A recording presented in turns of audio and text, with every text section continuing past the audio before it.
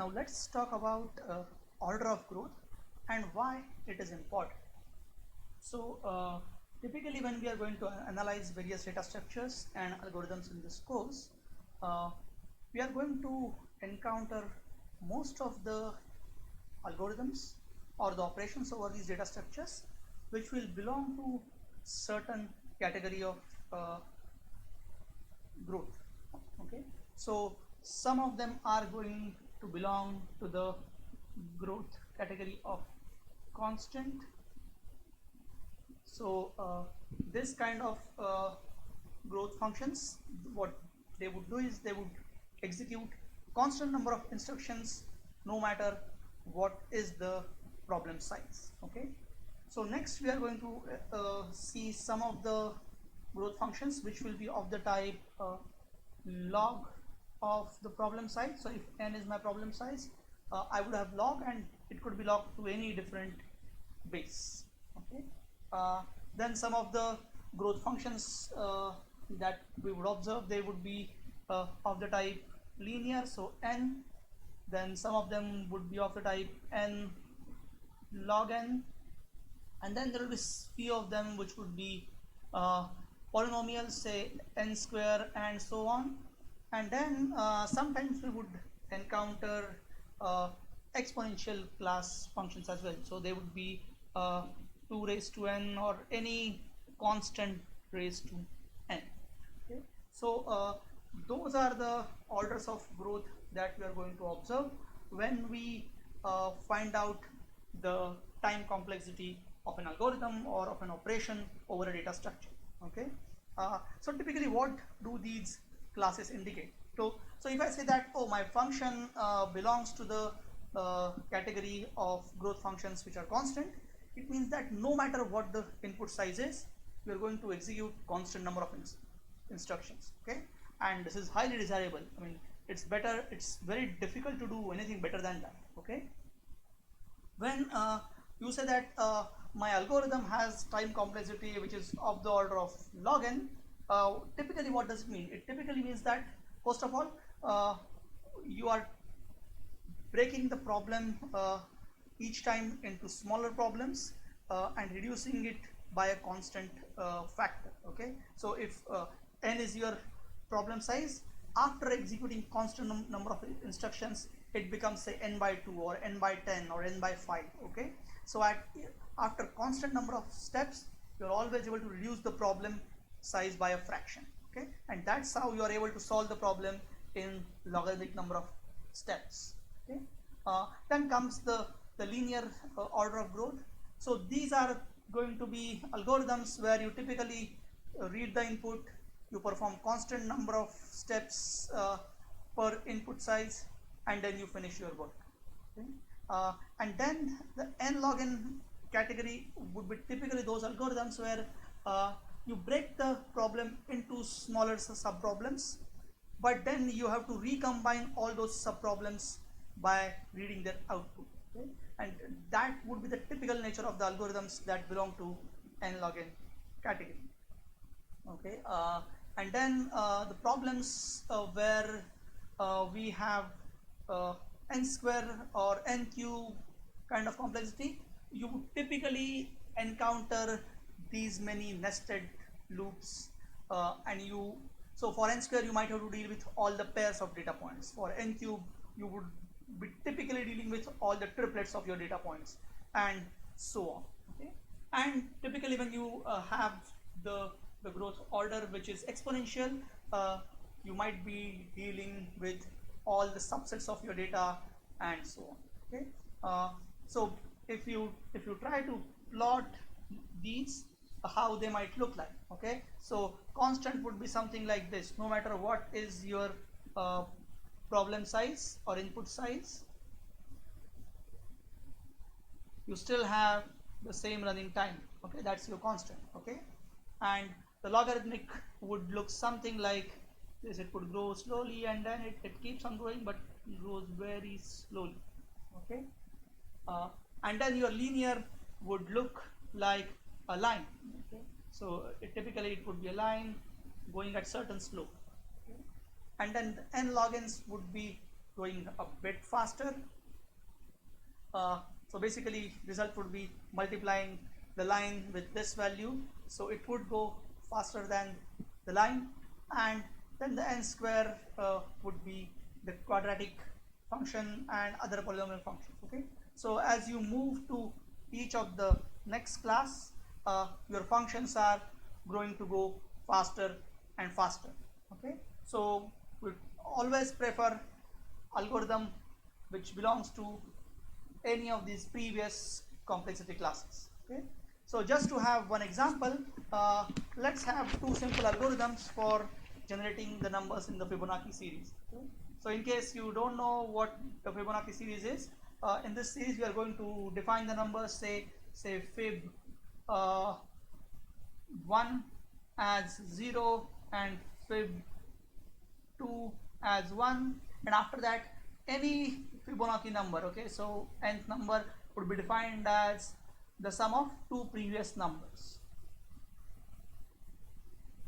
Okay, that's the way these numbers are defined. Okay, so let's have here one algorithm which we call it, let's say fib r. It's a recursive Fibonacci algorithm. It takes as input n and then it starts its work. We'll go one tab inside and we'll ask question if n is equal to 1. If that's true, in that case we are going to do something. We are just going to return the value 0 because that's the definition of fib1. Okay, in that case we'll say return 0 and then we are done. If that's not true, then we'll ask question is n equal to 2. In that case we are again going to come one tab inside and we are going to return 1 because that's the definition of fib2. In that case return 1 and then we finish it.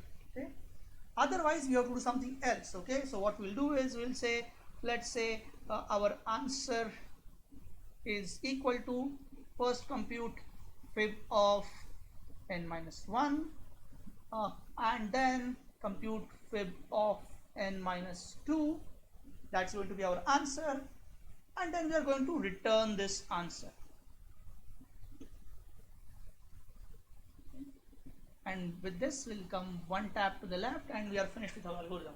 So this seems very simple algorithm, very intuitive algorithm based on the definition of the Fibonacci numbers. If fib n is fib of n minus 1 plus fib of n minus 2, well, we have a direct algorithm here that does the exact same computation.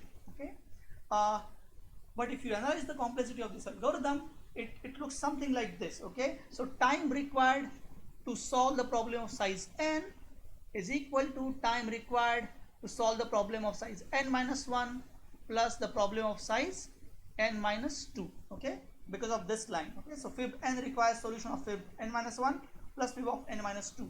Okay, so right now we won't go into the details of this analysis, but final answer, it comes out to be the time required to solve the problem of size n is approximately 1.6 raised to n. Okay, that's how it looks like. But now I can have another simple algorithm for Fibonacci numbers computation. Okay, so I'll name this as, say, fib and I'll call it S, fib sequential. Okay, so to compute nth number in the Fibonacci series, what I'll do is that I'll have the exact same set of instructions here. Okay, so no difference. If it is the first number, I'll return 1. If it is second number, first number I'll return 0. If it is second number, I will return 1. But if that's not the case, what will I do is I will define a variable called let's call it current. Okay, so after this part is over, I will define a for loop. I'll define a variable current and I'll call it 3 because I'm going to now compute third number of my Fibonacci series, right? And before that I will define two variables. So what is the Fibonacci number at position n minus 1? Let's call it fn1, and this is going to be 1, and Fibonacci number at position n minus 2, this is going to be 0. Okay, so while computing the third Fibonacci number, fib 2 is fn minus 1 and fib 1 is fn minus 2. Okay, that's the initialization I have done. And now I'm going to have a for loop. Okay, I'm computing third number. I have to ensure that my current value is always less than or equal to n, and then I have to do certain bookkeeping operation. We'll look for that operation later. Okay, and now what I'm going to do is I'm going to start my for loop. I'm going to go one tab inside, and what is it that I need to do? I'll just say that, oh, let's compute the current Fibonacci number. Okay, so I'll say that my answer is going to be fn1 plus fn2. That's the definition of Fibonacci nth number, right? Sum of fib n minus 1 and fib n minus 2. And once I compute my answer, what I'm going to do is I have to move to the computation of next number, right? So I'm computing this series bottom up. Here we are computing it top down, right? So when we required nth, we computed n minus 1, n minus 2, but here we are doing opposite. Okay, we are starting from the first Fibonacci number, second Fibonacci number, third Fibonacci number, and so on. Okay, so what I will do is now I am moving to next. So my Fibonacci n minus 2 number would be my old Fibonacci n minus 1 number, and my new Fibonacci n minus 1 number would be my current answer. And then I will stop, finish this loop, and here I will increment the value of current by 1. Okay, sorry, I don't have enough space to write the second R,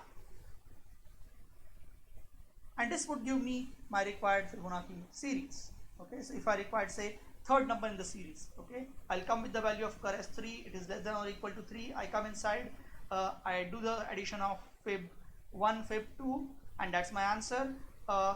Then I will just shift these values, but for third Fibonacci number they don't matter, because once I increase the value of current, it becomes 4 and come out. Okay, and so on. So you can check the correctness of this algorithm. But what is interesting about this algorithm is that if I need to solve this problem of size n, the time required to solve the problem of size n is equal to what? I first execute constant number of instructions, and then I execute this loop how many times? Of the order of n times, right? Perhaps n minus 3 times, n minus 2 times, because if it is third number, I need to execute the loop once.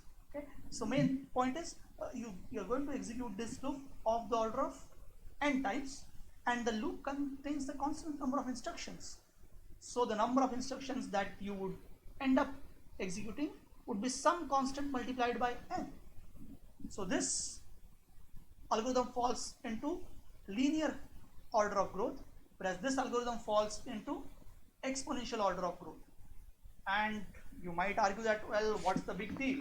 If it is linear and if it is exponential, maybe exponential will be slightly slower, and I'll be happy to wait. Okay, so let's see what happens for the various values of n. Okay, so if I want to compute first number, 10th number, the 100th number, 1000th number, okay, and let's say I want to compute 10,000 number of this series. Okay, so if I use my FibS algorithm, which is sequential algorithm, which was building the series bottom up, how much time it would require, how many instructions it would end up executing of the order of n. So it would be straight away n here, right? So 1, 10, 100, 1000, or 10,000.